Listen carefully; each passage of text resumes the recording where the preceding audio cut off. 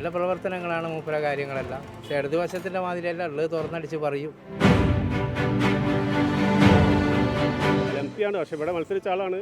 നേരെ കൊണ്ടൊന്നും ഇവിടെ ഒന്നും ഉണ്ടായിട്ടില്ല ഇതുവരെ. കെ മുരളീധരൻ MP ഒരു MP എന്ന നിലയിൽ ഏറ്റവും മികച്ച പ്രകടനം തന്നെയാണ് വടകര മണ്ഡലത്തിൽ നടത്തിയിട്ടുള്ളത്.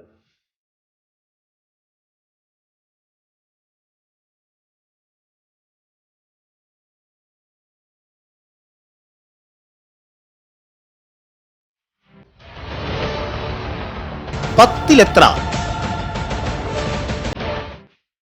KPCC അധ്യക്ഷനും സിറ്റിംഗ് MP-യുമായ മുല്ലപ്പള്ളി രാമചന്ദ്രൻ വടകരയിൽ മത്സരിക്കുന്നതിൽ നിന്ന് പിന്മാറിയതോടെയാണ് വടകരയിൽ ആരു മത്സരിക്കുമെന്ന ചോദ്യം കഴിഞ്ഞ തവണ ഉയർന്നത്. UDF-ൽ നിന്ന് മണ്ഡലം തിരിച്ചുപിടിക്കാൻ CPM-ലെ കരുത്തൻ P. ജയരാജനെ തന്നെ പാർട്ടി ഇറക്കിയതോടെ മത്സരത്തിന് പുതിയ മാനം വന്നു. അഭിമാന പോരാട്ടത്തിന് ആരെ ഇറക്കും എന്ന അന്വേഷണത്തിനൊടുവിലാണ് K. മുരളീധരന്റെ പേരുയർന്നത്. ദൗത്യമേറ്റെടുത്ത K. മുരളീധരൻ വട്ടിയൂർക്കാവിൽ നിന്നും വണ്ടി കയറി വടകരയിലേക്ക് തിരിച്ചു. പിന്നെ സംസ്ഥാനം കണ്ട ഏറ്റവും വാശിയേറിയ പോരാട്ടത്തിനാണ് വടകര കണ്ടത്.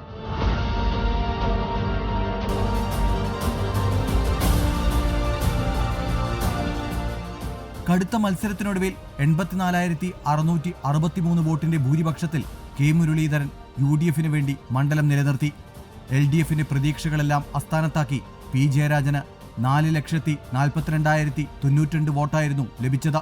കഴിഞ്ഞ തവണത്തെ എന്ന പോലെ ഇത്തവണയും അഭിമാന പോരാട്ടം തന്നെയാവും വടകരയിൽ.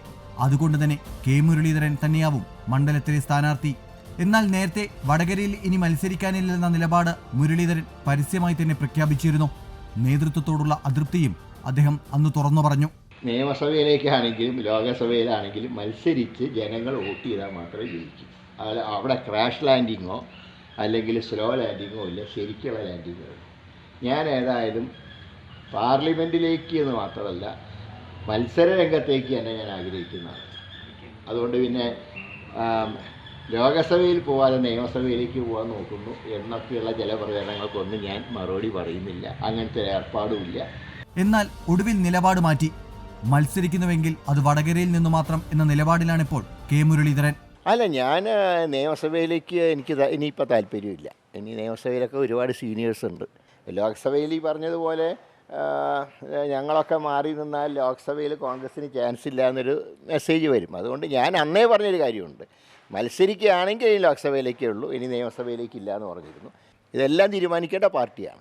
അതേസമയം K. മുരളീധരൻ ഇറങ്ങിയാൽ CPM ആരെ മത്സരിപ്പിക്കുമെന്നതാണ് ഉയരുന്ന ചോദ്യം. പാർട്ടിയുടെ ശക്തി കേന്ദ്രമായ വടകര ഏതുവിധേയം തിരിച്ചുപിടിക്കണമെന്നതാണ് CPM ലക്ഷ്യം വെക്കുന്നത്. തെരഞ്ഞെടുപ്പ് കേന്ദ്രീകരിച്ചുള്ള പ്രവർത്തനങ്ങൾ CPM ആരംഭിച്ചിട്ടില്ലെങ്കിലും അണികൾക്കിടയിൽ സ്ഥാനാർത്ഥി ചർച്ചകൾ സജീവമാണ്. യുവമുഖങ്ങളെ മണ്ഡലത്തിൽ പരീക്ഷിക്കുമോ അതോ മറ്റു സർപ്രൈസുകൾ പാർട്ടി വടകരയിൽ കാത്തുവെച്ചിട്ടുണ്ടോ എന്ന് കാത്തിരുന്നു കാണേണ്ടി വരും. എന്തായാലും വടകര മണ്ഡലത്തിലെ ജനങ്ങളും ആകാംക്ഷയിലാണ്. മാർക്കിടേണ്ട ഞാനല്ല, ജനങ്ങളാണ്. ഇത്തവണ MP-മാർക്ക് ഏതാണ്ട് 3-3.5 വർഷമേ പ്രവർത്തിക്കാൻ കഴിഞ്ഞിട്ടുള്ളൂ. 1.5 വർഷം കോവിഡ് കാരണം ഫണ്ട് ലഭിച്ചില്ല. പ്രവർത്തിക്കാനുള്ള എന്താ പറയേണ്ടത്, ഒരു അടച്ചിടൽ സന്ദർഭമായിരുന്നു.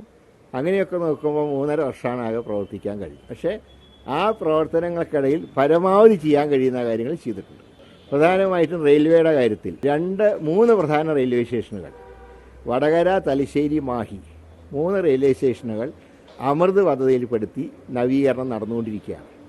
ദേശീയപാതയുടെ വികസന കാര്യങ്ങളിൽ ഡിസ്പ്യൂട്ട് ഉണ്ടാകുന്ന സ്ഥലങ്ങളിൽ യോഗം വിളിച്ച് പരിഹാരം ഉണ്ടാക്കാൻ ശ്രമിച്ചിട്ടുണ്ട്. PMGSY ഫണ്ട് അനുസരിച്ച് ഉള്ള പ്രോജക്റ്റുകൾ കോൺസ്റ്റിറ്റ്യുവൻസിയിൽ ഇപ്പോൾ നടപ്പാക്കിക്കൊണ്ടിരിക്കുകയാണ്. പിന്നെ MP ഫണ്ട് 46 പഞ്ചായത്തുകളിലും 6 മുനിസിപ്പാലിറ്റിയിലുമായിട്ട് ഉള്ള എമൗണ്ട് ആകെ 18 കോടിയാണ് കിട്ടിയത്. അത് പരമാവധി വീതിക്കാൻ ശ്രമിച്ചിട്ടുണ്ട്. എല്ലാ പഞ്ചായത്തിലും ഒരു കയ്യൊപ്പ് ചാർത്താൻ കഴിഞ്ഞിട്ടുണ്ട്. ഇതാണ് കഴിഞ്ഞ 5 വർഷത്തെ പ്രവർത്തനത്തിൽ പ്രധാനമായിട്ടും പറയാനുള്ളത്. ഇതിനെല്ലാം ഉപരിയായിട്ട് നിയോജക മണ്ഡലത്തിൽ സജീവമായിട്ടുള്ള സാന്നിധ്യം ഉണ്ടായിരുന്നു.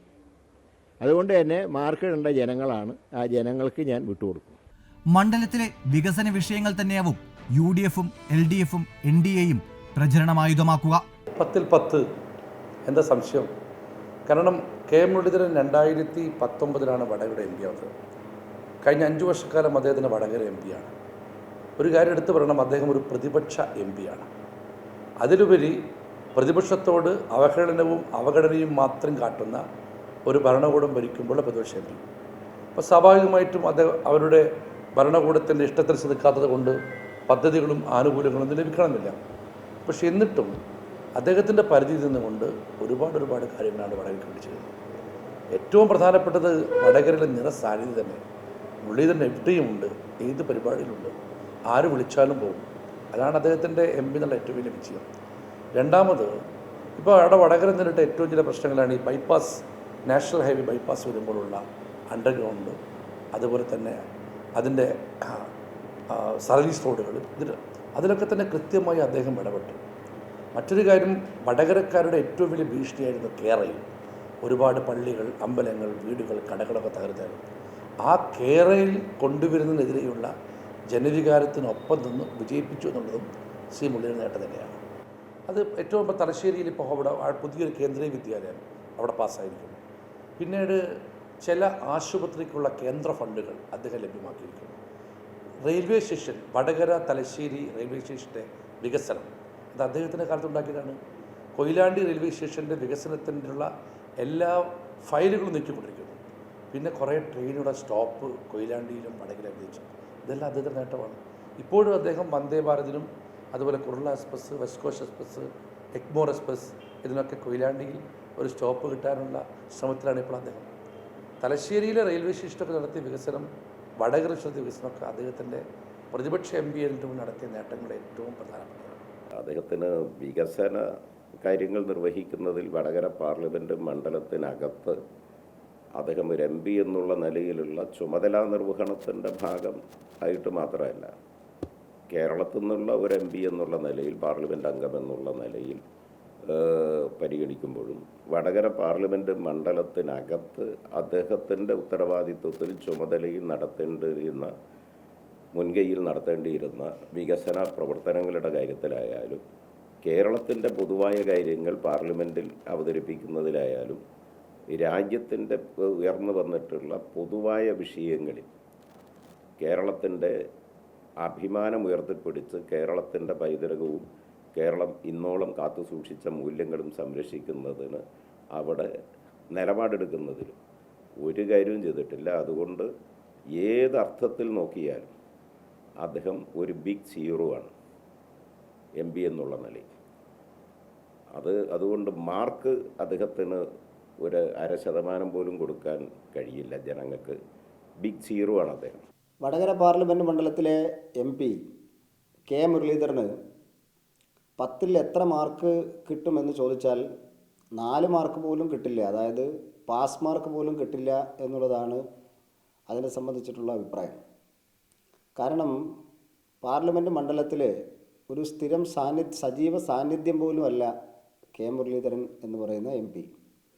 അദ്ദേഹം പുറത്ത് ഒരുപാട് രാഷ്ട്രീയ വിഷയങ്ങളിലൊക്കെ പത്രസമ്മേളനം നടത്തി അഭിപ്രായങ്ങളൊക്കെ പറയുന്നുണ്ടാവാം.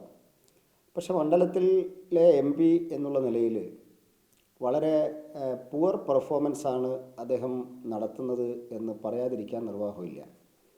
കാരണം നിരവധി വികസന പ്രശ്നങ്ങൾ ചർച്ച ചെയ്യുന്ന ഒരു മണ്ഡലമാണ് വടകര പാർലമെൻറ്റ് മണ്ഡലം. കണ്ണൂർ ജില്ലയുടെ 2 നിയോജക മണ്ഡലങ്ങളും കോഴിക്കോട് ജില്ലയിലെ 5 നിയോജക മണ്ഡലങ്ങളും ഉൾക്കൊള്ളുന്ന വളരെ പാരമ്പര്യമായിട്ടുള്ള KP ഉണ്ണികൃഷ്ണനെ പോലുള്ള ആളുകൾ പ്രതിനിധീകരിച്ചിട്ടുള്ള ഒരു ദേശീയ തലത്തിൽ ചർച്ചയായിട്ടുള്ളൊരു മണ്ഡലമാണ്. ആ മണ്ഡലത്തിലെ ഇന്ന് നടക്കുന്ന വികസന പ്രവർത്തനങ്ങളിൽ പോലും അവിടുത്തെ എം പിക്ക് യാതൊരുവിധ പങ്കാളിത്തവും ഇല്ല എന്ന് ഉറപ്പിച്ച് പറയാൻ വേണ്ടി സാധിക്കും. കാരണം അവിടെ കോഴിക്കോട് ജില്ലയിലെ തന്നെ, അല്ലെങ്കിൽ കോഴിക്കോട് കണ്ണൂർ ജില്ലയിലെ ഏറ്റവും വലിയ മാഹി ബൈപ്പാസിൻ്റെ പണി ഇപ്പോൾ പൂർത്തീകരിച്ച് കഴിഞ്ഞിരിക്കുന്നു. നമുക്കറിയാം, നാഷണൽ ഹൈവേയുടെ വികസനവുമായി ബന്ധപ്പെട്ട്, മാഹി ബൈപ്പാസുമായി ബന്ധപ്പെട്ട് നിരവധി പ്രശ്നങ്ങളുണ്ടായിരുന്നു. ആ പ്രശ്നങ്ങൾ പരിഹരിക്കപ്പെടാതെ ആ വർക്ക് സ്റ്റാഗ്നൻ്റായിട്ട് നിന്ന് പോയിട്ടുള്ള പരിസ്ഥിതി പോലും ഉണ്ടായിരുന്നു. അത്തരം ഒരു വിഷയങ്ങളിലും കെ മുരളീധരൻ എന്നുള്ള ഒരു നേതാവോ അല്ലെ എം പി എന്നുള്ള നിലയിലോ അദ്ദേഹം നേരിട്ട് ജനങ്ങളുമായിട്ട് ഇടപെട്ടതായിട്ട് നമുക്ക് യാതൊരുവിധ അറിവുമില്ല.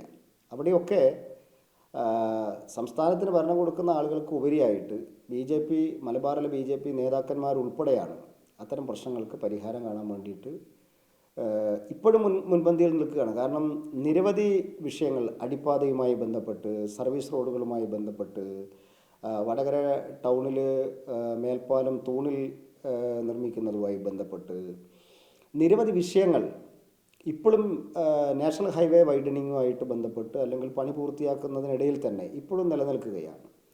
ഇത്തരം ജനകീയ വിഷയങ്ങളിൽ സജീവമായിട്ട് ഇടപെടുകയും അതിന് ഉചിതമായിട്ടുള്ള രീതിയിൽ അമിക്കബിളായിട്ടുള്ള പരിഹാരം കാണാനും മുൻകൈയെടുക്കേണ്ട MP അങ്ങനെ ഒരു സംഭവമേ നടക്കുന്നതായിട്ട് മൈൻഡ് ചെയ്യുന്നില്ല എന്നുള്ളതാണ് ജനങ്ങളുടെ എല്ലാ ഭാഗത്തു നിന്നും കിട്ടിക്കൊണ്ടിരിക്കുന്ന പരാതി. ദേശീയപാത വികസനവും ചോമ്പാൽ ഹാർബറും പ്രധാന ചർച്ചയാവുമെന്ന് ജനങ്ങളുടെ പ്രതികരണത്തിൽ നിന്ന് തന്നെ വ്യക്തം. BLൻ്റെ പ്രവർത്തനത്തിനെ പറ്റിയൊന്നും നല്ല സ്ഥിതിയിൽ തന്നെ പോകുന്നുണ്ട്. വേറെ ഇതായിട്ടൊന്നുമില്ല. ഈ വികസനം വന്നാൽ തന്നെ കുറേ വികസനമായി. ചോമ്പാലിൽ തന്നെ ഹാർബറുള്ളതാണ് ഇവിടെ. ഹാർബറുള്ളത് കൊണ്ട് ആ വികസനം തന്നെ വന്നാൽ തന്നെ കുറേ വികസനം ഉണ്ടാവും ഇവിടെ. റോഡ് വന്നാൽ തന്നെ ഇപ്പോൾ ഒന്നാമത്തെ 6 വരിപ്പാതി ആകുന്ന സമയത്ത് ഇവിടുന്ന് ക്രോസ് ചെയ്യാൻ അങ്ങോട്ട് കഴിയില്ല. അപ്പോൾ 1 വേ ആവും. ചോമ്പാൽ ഹാർബറിൽ ഈല വഴി ഉണ്ടാകണം. അതാണ് ഇപ്പം ബാസ് പറഞ്ഞ അതാണ്. കാരണം ഈല പാസേജ് ഉണ്ടായിരിക്കണം. കാരണം നല്ല ചോമ്പാലിലേക്ക് പുരോഗതി ഉണ്ടാവും അവിടെ ഹാർബറിൽ ഇപ്പം മറ്റ് പ്രശ്നങ്ങളൊന്നുമില്ല. വികസനമൊക്കെ ഉസാറാണ്. നമ്മുടെ നാട്ടിലൊക്കെ വേണ്ടിയമാര് ചെയ്യുന്നുണ്ട്. ഇനിയും ചെയ്യാനുള്ള ആഗ്രഹമുണ്ട്. ഇനിയും ജയിച്ചാലൊക്കെ നോക്കാമെന്നുള്ളതാണ്. എല്ലാ ആളുകളടുത്തും എല്ലാ പ്രദേശത്തും എത്തിച്ചേരുന്ന ആര് വിളിച്ചാലും ഏത് സമയത്തും ഒരു ഫോണിൻ്റെ അപ്പുറത്ത് ആൾ റെഡി ആയിരിക്കും ഏത് പ്രശ്നങ്ങളിൽ ഇടപെടാനും. അത് ഒരു ജനകീയനായ MP എന്നുള്ള നിലയിൽ അദ്ദേഹത്തിൻ്റെ പെർഫോമൻസ് ഏറ്റവും നല്ല രീതിയിലാണ് പോയിട്ടുള്ളത്. മുരളിനെ പറയാന്ന് വെച്ചാൽ നല്ല പ്രവർത്തനമാണ് ഒരു MP എന്ന നിലയ്ക്ക് അയാൾ ചെയ്യുന്നത്. എല്ലാ സ്ഥലത്തും അയാൾ എത്തുന്നുണ്ട്, മരണ വീട്ടിലെത്തുന്നുണ്ട്. അതുപോലെ തന്നെ വികസനം ജനങ്ങളായിട്ട് സമ്പർക്കം പുലർത്തുന്നുണ്ട്. ഇതിൽ പോകുമ്പോൾ കൈ കാണിച്ചാൽ അയാൾ നിർത്തുന്നുണ്ട്. എന്തോ പ്രശ്നങ്ങളുണ്ടെങ്കിലൊക്കെ നിർത്തിയിട്ടൊക്കെ ഇതൊക്കെ ചെയ്യുന്നുണ്ട്. എൻ്റെ വ്യക്തിപരമായ അഭിപ്രായമാണെങ്കിൽ അയാളൊരു നല്ല പ്രവർത്തനമാണ് വടകരയിൽ കാഴ്ചവെച്ചത്. അദ്ദേഹം ഇനിയും വരണം. വികസന പ്രവർത്തനമൊക്കെ ഉണ്ട്. വികസന പ്രവർത്തനമുണ്ട്. നാട്ടിൽ മരിച്ച വീടുകളിലൊക്കെ വരും. അങ്ങനെ വ്യക്തിപരമായിട്ടൊരു നല്ലൊരാളാണ്. ഇനി നമുക്ക് മൂപ്പര് തന്നെ വരുന്നതാണ് ഇഷ്ടം. കുട്ടികളെ പ്രോത്സാഹിപ്പിക്കുന്ന ഒരു തരത്തിലുള്ള ഗ്രൗണ്ടുകളോ അങ്ങനത്തെ സ്പോർട്സ് ക്രിക്കറ്റ് അങ്ങനത്തെ ഒന്നും ഈ വടകരയിൽ ഇല്ല. ഇപ്പോൾ എല്ലാ കുട്ടികൾക്കും പിന്നെ ഓരോരോ കഴിവിനെ പ്രോത്സാഹിപ്പിക്കാൻ ഓരോ ജില്ലയിലും ഓരോരോ കാര്യങ്ങളുണ്ട്. പക്ഷെ വടകര അത്തരത്തിലുള്ള ഒന്നും വന്നിട്ടില്ല എന്നാണ് എനിക്ക് തോന്നുന്നത്. നിർമ്മാണം അതിവേഗം പുരോഗമിക്കുന്ന 6 വരി ദേശീയപാതയുടെ അവകാശവാദം NDA ജനങ്ങൾക്കിടയിൽ ഉന്നയിച്ചു കഴിഞ്ഞു. BJP സംസ്ഥാന അധ്യക്ഷൻ K. സുരേന്ദ്രൻ നയിക്കുന്ന പദയാത്ര വടകരയിലെത്തിയപ്പോൾ മോദിയുടെ ഗ്യാരണ്ടി തന്നെയായിരുന്നു മുന്നോട്ട് വെച്ചത്. കാസർഗോഡ് മുതൽ വയനാട് വരെയുള്ള കേരള പദയാത്രകളിലെല്ലാം വലിയ തോതിൽ ജനങ്ങളുടെ പിന്തുണ, ഞങ്ങൾ പ്രതീക്ഷിച്ചതിനേക്കാൾ കൂടുതൽ ബഹുജന പങ്കാളിത്തം പദയാത്രയ്ക്ക് ലഭിക്കുന്നു എന്നുള്ളതാണ് എല്ലായിടത്തും കാണുന്ന ജനക്കൂട്ടം തെളിയിക്കുന്നത്. മോദി സർക്കാർ അധികാരത്തിൽ വന്നതിന് ശേഷമാണ് 42% നികുതി വിഹിതം കേരളത്തിന് കിട്ടിയത്. മോദി സർക്കാർ അധികാരത്തിൽ വന്നതിന് ശേഷമാണ് റവന്യൂ ഡെഫിസിറ്റ് ഗ്രാൻഡ് എന്ന് പറയുന്ന ഒരു ധനസഹായം ഓരോ ക്വാർട്ടറിലും 4000-5000 കോടി രൂപയുടെ ധനസഹായം തുടർച്ചയായിട്ട് കേരളത്തിന് കിട്ടിയത്. GST കോമ്പൻസേഷൻ കേരളം പ്രതീക്ഷിച്ചതിനേക്കാൾ കൂടുതൽ കേരളത്തിന് കിട്ടിയിട്ടുണ്ട്. പദ്ധതികളുടെ കാര്യത്തിലാണെങ്കിൽ സർവകാല റെക്കോർഡാണ്. ദേശീയപാത വികസനം മാത്രമല്ല, ഇപ്പോൾ ഈ വടകര റെയിൽവേ സ്റ്റേഷൻ കോഴിക്കോടിൻ്റെ വടക്കൻ ഭാഗങ്ങളിൽ താമസിക്കുന്ന ലക്ഷക്കണക്കിന് ആളുകളുടെ പ്രധാനപ്പെട്ട ഒരു ആവശ്യമായിരുന്നു വടകര റെയിൽവേ സ്റ്റേഷൻ്റെ നവീകരണം. വടകര റെയിൽവേ സ്റ്റേഷൻ കേരളത്തിലെ പ്രധാനപ്പെട്ട റെയിൽവേ സ്റ്റേഷനുകളുടെ നവീകരണത്തിൻ്റെ പട്ടികയിൽ വന്നിരിക്കുക. ആയിരക്കണക്കിന് കോടി രൂപയുടെ വികസന പദ്ധതികളാണ് ഉണ്ടാകുന്നത്. എല്ലാ മേഖലയിലും കേന്ദ്രം കേരളത്തെ കൈയച്ച് സഹായിച്ചിട്ടുണ്ട്. മറിച്ച് LDF ആകട്ടെ പിണറായി വിജയൻ സർക്കാർ നടപ്പിലാക്കിയ ജനക്ഷേമ പദ്ധതികളാവും പ്രചരണമായുധമാക്കുക. UDFനോടാണ് അനുഭവമെങ്കിലും RMPയുടെ ശക്തികേന്ദ്രം കൂടിയായ വടകരയിൽ അവരുടെ താൽപര്യത്തിനും മുൻതൂക്കമുണ്ടാവും. ഒപ്പം നാദാപുരം കുറ്റ്യാടി മേഖലയിലുള്ള മുസ്ലിം ലീഗിന്റെ സ്വാധീനവും UDFനാവും ഗുണം ചെയ്യുക. എന്നാൽ മത്സരം അതിന്റെ വീറും വാശിയും പ്രകടമാക്കി തുടങ്ങുമ്പോൾ LDF കരുത്തുകാട്ടും എന്ന് ഉറച്ചു വിശ്വസിക്കുന്നവരും കൂട്ടത്തിലുണ്ട്. അതുകൊണ്ട് തന്നെ വടകര മണ്ഡലത്തിലെ തെരഞ്ഞെടുപ്പ് ഇത്തവണയും ശ്രദ്ധേയമാകുമെന്ന് ഇപ്പോഴേ ഉറപ്പിച്ചു കഴിഞ്ഞു.